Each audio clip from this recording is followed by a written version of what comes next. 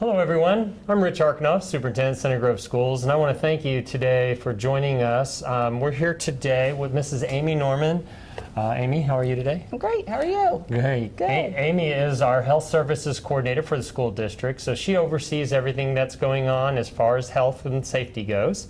And so Amy, your job's gotten quite a bit busier lately, hasn't it? It has definitely had a bit of a change, yes, Yeah. but that's okay. We're getting ready to get kids back in school. Yeah, so. absolutely. Yeah. Absolutely. Well, we wanted to spend this time together, Amy and I, to talk to you a little bit about what's going on for next year, how we're preparing for the school year, and particularly around health services, our clinics, and everything that has to do with COVID.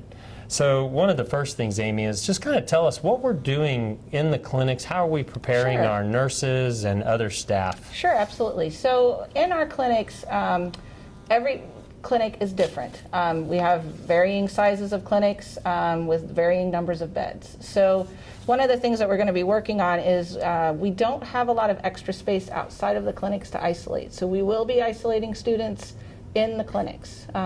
That being said, every clinic is going to be outfitted with half doors, which is going to allow the staff in that clinic to then determine and triage before we have admittance into the clinic. Okay.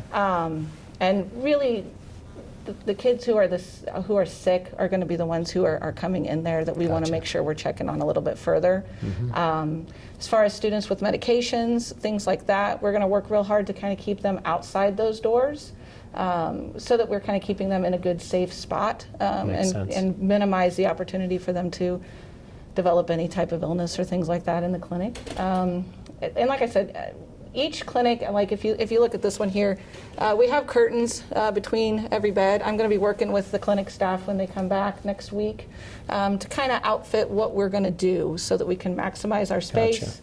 Probably going to be changing out our curtains to put in something that's a little more easily that we can wipe down and disinfect instead of these are fabric, so that, we want to be able to like a vinyl, or something like that, so that we will be wiping down all of our beds, all of our curtain areas that are vinyl when we get those switched out, so that we don't have cross-contamination of students and things of that sort.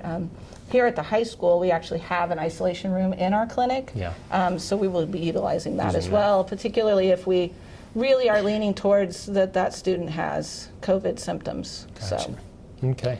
What kind of training are we going to be providing? What will the nurses get that might be different this year, or Sure. other staff members? Yeah, actually, I'm going to be training all of our clinic staff and our teaching staff, regular staff, just kind of in monitoring for COVID type symptoms, kind of giving them that idea, what will happen if we have a positive case? How will we handle that?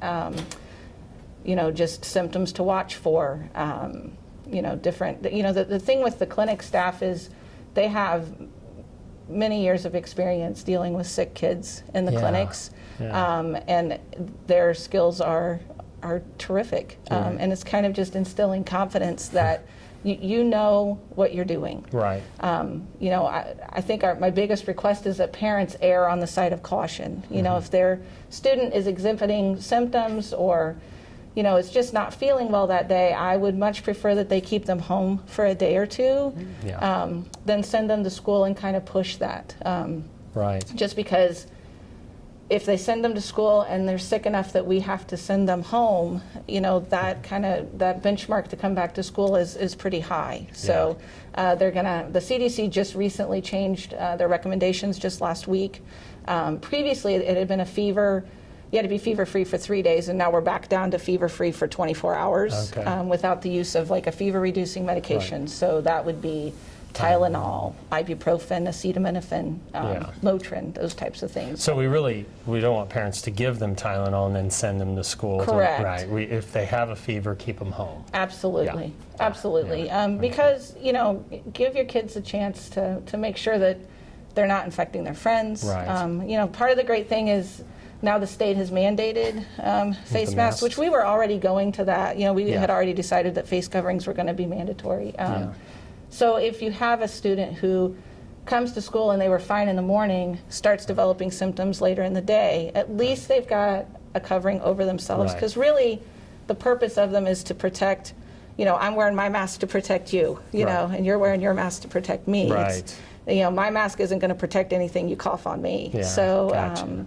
And we're wearing these today because we needed to be closer for the video, Correct. especially. I mean, Especially, we yeah. could've- yeah. So makes sense. Absolutely. But Yeah, and our absolutely. students aren't always going to be in the position to be 6 feet away from one another. Correct. And I think that's something that would be great for parents to be thinking about now. Yeah. Work with your kids. There's lots of different styles of face coverings out there. There's lots of different fabrics that can be used. So, work with your kids, see what's going to work best with them, kind of ease them into it. It's really kind of unfair to just get them on the bus with just a face covering, then that's the first day that they've done it. That's going to kind of cause a little bit of stress. I would start now, building up to building their tolerance for it. Because, as adults, it's been different. Switching, takes a while. It takes a few days to get kind of comfortable with it. Now I'm to the point I don't feel right if I don't have it on. Right. And it's weird too because I got this new one, the CG. I like it. I like it. But it's new, so these are tight and pull my ears forward. Now I can hear really well, which makes some people in my life happy because they're like, "Hey, he can hear me now." Yeah. But they can be annoying for a while. So getting the kids used to it and all of that. So you were talking about the students and diagnosing them at home. Before they come in and all of that. What can the parents do prior? What should they do for their assessing their child before sending them off to school? Absolutely. So, I would recommend, and I think we're going to we probably already have this on our website, a daily screening of your child. At the end of the day, parents know their kids best. A lot of times you can see something coming on. Just in, my experiences in the clinic, sometimes we've called home and it's not unusual when somebody's developed a fever for the parents to say, they just weren't looking quite right this morning. Right. And in this climate right now that we're living in with the pandemic going on, this isn't a time to try to push your kid and try to get them to be a little bit more resilient coming to school. If they're, your kid best. Right. If they're not looking quite right to you, it might be worth it to give them a day or two. Contact your healthcare provider. Most have a nurse line that you can call into, and they can give you some guidance of what you should be kind of watching for. Now, if you're like me, my son, now he's graduated, but he had all kinds of allergies, and he would sneeze and cough a lot, no matter what. Right. And as a parent, I know that, and so I'm going to go ahead and probably send them to school. Right. Is that how you suggest as a parent we best handle that with the clinic and with the teachers and so forth? Absolutely. So it helps if that's if we know their health conditions ahead of time. Right. That is information that's in Skyward. When parents are to enroll their students not so much enroll, but they update their information every year through Skyward. We have the health condition report in there for them to update that information. Okay. We need to know about that. So they really need to fill that out, put everything they know about their child. And make sure that your contact information is correct. Right. I know a lot of people have they have a home phone number that's a landline, and they're no longer using that landline anymore. So make sure that primary phone number, that we know what it is. Now, what's a landline? I'm really young. I have not heard of one. The people do still have this. That's that old school phone stuff. That is.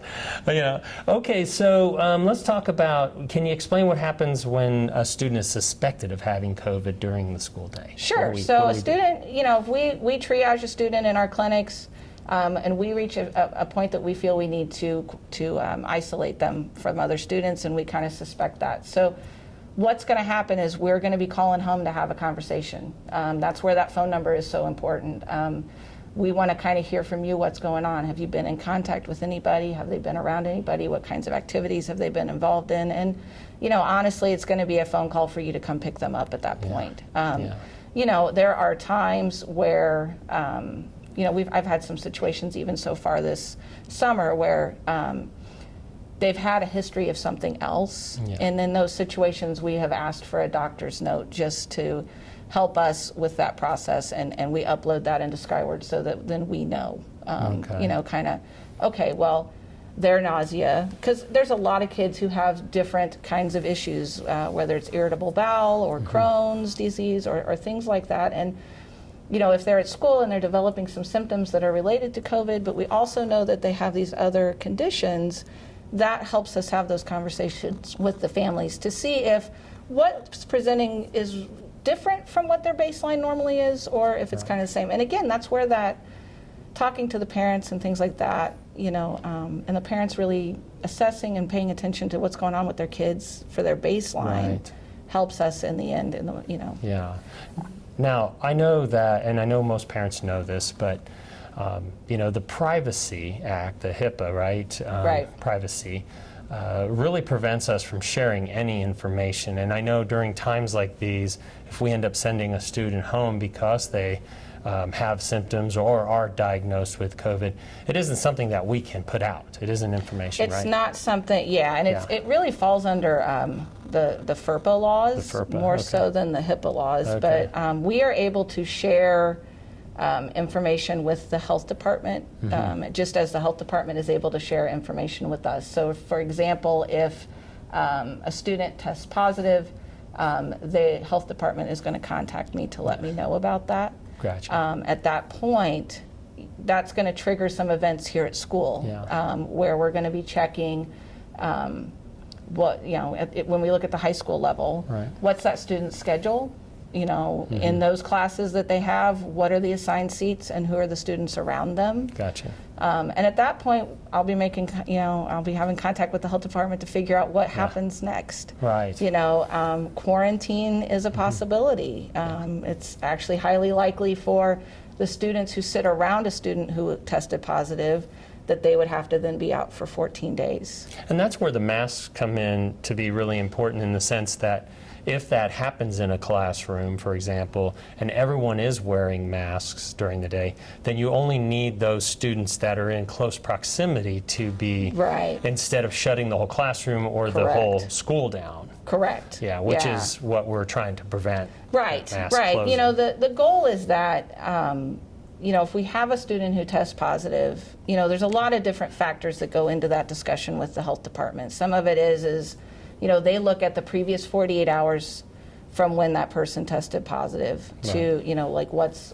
going on, or even the previous 48 hours from when their symptoms started. Gotcha. So, you know, at that point, that's when all of those different, you know, if-then statements kind of come Yeah. into play. Yeah. So the goal, or my goal personally, is that we minimize who we have to quarantine, so that, you know, I would love to be able to say that we're not going to have entire classrooms get quarantined, you know, but I can't make any guarantees. Yeah, no, absolutely. You know, it sounds like Governor Holcomb yesterday in his press conference kind of pointed out that, you know, if you have a student test positive in a class, you know, you're kind of looking at that radius of that student. Yeah. And then from that point, let's say another student in that same class tests positive maybe 2 days later, okay, then we start making like a lot tougher decisions in Right. regard to that. So, Yeah, that makes sense. yeah.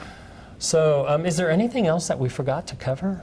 I don't think so. Okay, you know, good. the biggest ones are, I think the really difficult part is when you look at COVID symptoms, Yeah. and that's kind of, you know, this is the decision tree that we've been issued by the state to And we try to have help this us. on our and we have website. it. Yep, it's on our Return 2020 website. You know, when you look at the symptoms, they're really almost every symptom that a kid comes into the clinic with. Okay. Absolutely. Does that mean, you know? So it's going to be hard. It's going to be really hard for the clinic staff. We cannot diagnose anybody. Yeah. And I will say, we're going to err on the side of caution. Right. And you know, if your kid is presenting with multiple ones of these symptoms, Yes. we probably will have to send them home just to be on the safe side. Correct. Yeah. And at that point, you know, we as a school district are not mandating testing. Right. The state would love for people to be tested because that helps us as far as limiting the spread. so that we can quarantine those who have been around. Right. I know that that gets scary and people get concerned. I personally don't want news spreading and people being bullied and things like that because of a positive test. Yeah. And so that information is not shared with others. It won't even be shared with the teacher unless we cannot figure out who that student was around. That's why the assigned seats will be important, and things of that sort. That makes me think about a couple of things. First of all, the masks again, kind of going back to the masks. Is there any concern about wearing the mask for a really long time? I know parents are concerned for their kids kind of having the mask on so long and breathing. Right. What do you know about that? There's no studies that are showing that people are losing their oxygen levels because of them. It's more to do with they feel they're uncomfortable, and a lot of that has to do with they're not used to wearing it. Doctors and surgeons have worn them forever. Right, you go to hospitals. Drywall workers they wear even a much more form-fitting, heavy one, and they do their work every day. So it's more of a discomfort level. Now, that being said, students with medical conditions, I would encourage parents to talk to their healthcare providers to work through some of those different options of what they can do. Not having a face covering really isn't an option, except for students who can't take them off on their own. And at that point, that's going to get, that's where IEPs and 504 plans are taken into account based on the diagnosis of the student, and does that diagnosis have something to do with breathing issues and things of that sort. Right. And so one last thing on the masks and just kind of wanting parents to know is, we talk about the requiring it, and the first thing parents worry about, are you going to discipline my child for not wearing a mask? Well, yes, if that is if they're doing that on purpose, if they are refusing to wear a mask or just, basically causing trouble, they're going to be treated just like any other behavior that is not following a school rule. This will be very similar to a dress code type of rule. However, we're going to spend a lot of time educating, talking to the students about why they need to wear a mask. There'll be some phone calls home if they continue. So it's not going to be a snap punishment, but it's more going to be an educational process. Absolutely. And like I said, that's something that I think parents can kind of work on now. Start working towards the goal of, we know that it's mandated. It's not just mandated here at school, it's mandated everywhere.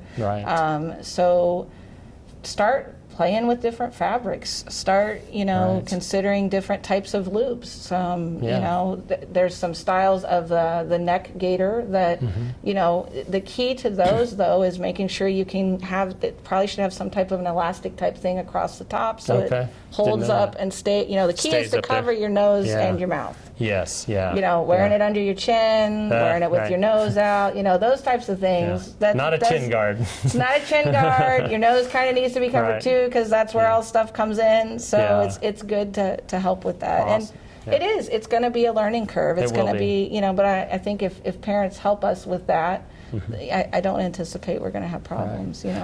So the other thing that I know parents are thinking about is attendance. Correct. So how is this going to impact my child's attendance? And I know we're making changes to the attendance policy as we speak. So we're going to be much more lenient on that. And I know you've been just recently on a phone call about that. Correct. So what's some of the things you're thinking about when it comes to attendance? I think students who are sick need to be home. I think parents know their kids best. As far as if it's a COVID-19 related illness, those, I know in the past we've done excused and unexcused. I don't know how that's going to translate with our new policy. COVID-19 related illnesses are going to be considered like the excused. Excused, yes. Also, if a parent calls in and says my student is sick, I don't want to punish that student if they're truly ill. Now, that being said, if they end up with 25 absences, or we find that they're not coming to school, we're going to be investigating that and probably requesting some doctor's note in regard to that, just to kind of see, because really after a certain point they need, the goal is that everybody needs to be here at school. But on that doctor's note, we don't need a doctor's note all the time. They don't have to go and get a doctor's note. They'll have a number of absences that really there'll be almost no questions asked. We just take the parent's word for it. Right. The big thing for the doctor's note is if we send you home, like if your student comes to school, and we warrant, it's warranted that they need to go home because they're showing symptoms of COVID-19. Which that's a lot of the symptoms that we have. Yeah, as you said, it's hard to know. Yeah. For them to come back before that 10-day mark, we require that they have a doctor's note that says that they have an alternate diagnosis from COVID-19 and that it's okay for them to come to school. So, for example, my kids are strep throat sufferers. We usually deal with about 3 cases a year per kid. They run a fever with that. They could develop a sore throat, which that's 2 of the COVID symptoms. Okay. If I keep them home, take them to the doctor, find out, they do a swab test, and the doctor says, yeah, this isn't COVID, this is strep, then they can come back as soon as they don't have that fever for 24 hours. Right. Okay. So that could be an absence of just a couple days. Like they've been on antibiotic for 24 hours and they're good to go back to school. And so as a school district, we need a note from the doctor saying it's strep, it's not COVID or something like that. Correct. Okay. Yeah. Now, if we send them home, and they don't have a fever, but they're complaining they're not feeling well and all of that. Correct. Maybe they don't. Maybe it's 1 or 2 signs of COVID, but it's not like a fever and all of that. We still going to ask them to take them to the doctor to get them cleared? They either need to stay home for that 10 days, 10 days, or have a doctor's note for the alternate diagnosis. That's why it's really better for, if you think your students have allergies, it might be better to keep them home for a day, and then send them in. Get them on their allergy medication. I know a lot of times kids will go off their allergy medications until till all of a sudden, the allergies are hitting again, so we better start that back up. You'd be better off keeping them home a day, checking, getting their allergy medication and kind of seeing, has that taken care, is that truly allergies? Or is it something else? That makes sense. And I know our elementary nurses especially, they know our frequent flyers. Our kids who just like to hang out at the clinic, especially during a spelling test or a math test. Correct. Well, and here at the beginning of the year, that's going to be one of the training points that we're going to talk about when I'm training the clinic staff is we haven't been in school since mid-March. I'm anticipating some anxiety from our students. And anxiety comes in a multitude of ways, particularly in a physiological standpoint. And one of those is nausea. They get stomach aches. They get, there's a lot of reasons for somebody to have that. And I guess the clinic staff is aware of those kids who have that. It also does tend to present a little bit differently. I'm a firm believer in their ability to know their kids and to know what's going on with them. Really, the only kids we don't know are the incoming kindergartners, and I anticipate we'll get to know them really quick. And so I think probably the biggest difference some of those kids may see is, we're not going to be as inclined to have extended rest periods in the clinic. They, kind of through our decision tree, we're going to bring people in, kind of monitor them for 5 to 10 minutes, kind of see, obviously if you have a fever, you're out. You're right. That's the only benchmark one that we've got that's clear cut. And for our purposes at our school district, it's 100.0 is the temperature threshold that we send home. And so, we're going to watch them and kind of see for that 5-10 minute period, are they up and checking out everybody, or are they, out for the count, sleeping? There's kids have a way about them, and that is not to say that there won't be mistakes in some of those things. That's why parents know their kids best. My request is just that if we have to send your child home from the clinic, we're going to have outlined, if we think they have COVID symptoms, what that's looking like. We will have made a phone call to you to discuss kind of what we're thinking. it'll be clear what day they can come back and what steps need to be taken. From that standpoint, I just ask that they be respectful of those Yes. decisions. Yeah, absolutely. Because I know it's hard. I don't want my kids out for 10 days. Right, yeah. I get concerned about their education. I don't want them out for 14 days. I get concerned about their education. But, I do think we have an awful lot of things in place from the academic side so that our kids are going to be okay, even the Right. ones who have to be absent. So, Yes. and the key to this is going to be communication with the families, That's true, both ways. Both ways. Parents need to call Yes. us and keep the nurses informed and Correct. the teachers informed and vice versa. Vice So, versa, yes, great. absolutely. Well, thank you, Amy. Thanks for Absolutely, everything thanks you're doing. for having me. You've been working your tail off all summer. A lot of people don't know it, but you're not an all year round employee.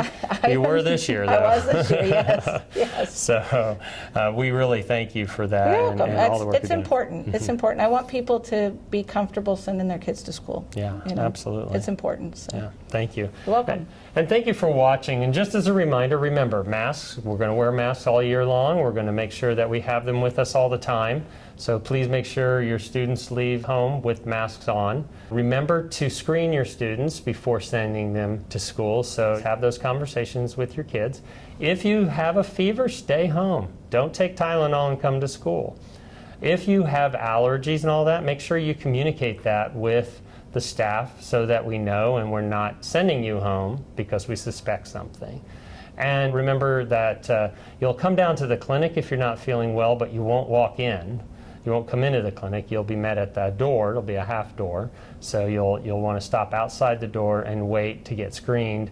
And probably if you're someone who takes medicine, that'll probably be handed to you over the door. So you won't come into the clinic, trying to keep the clinic as clean as we can as we go. So remember those things. It's going to be a great year. We're going to get through this together, and we're just going to take all the precautions we can to make sure we have a safe environment for everyone. So thank you very much for watching, and we'll see you soon.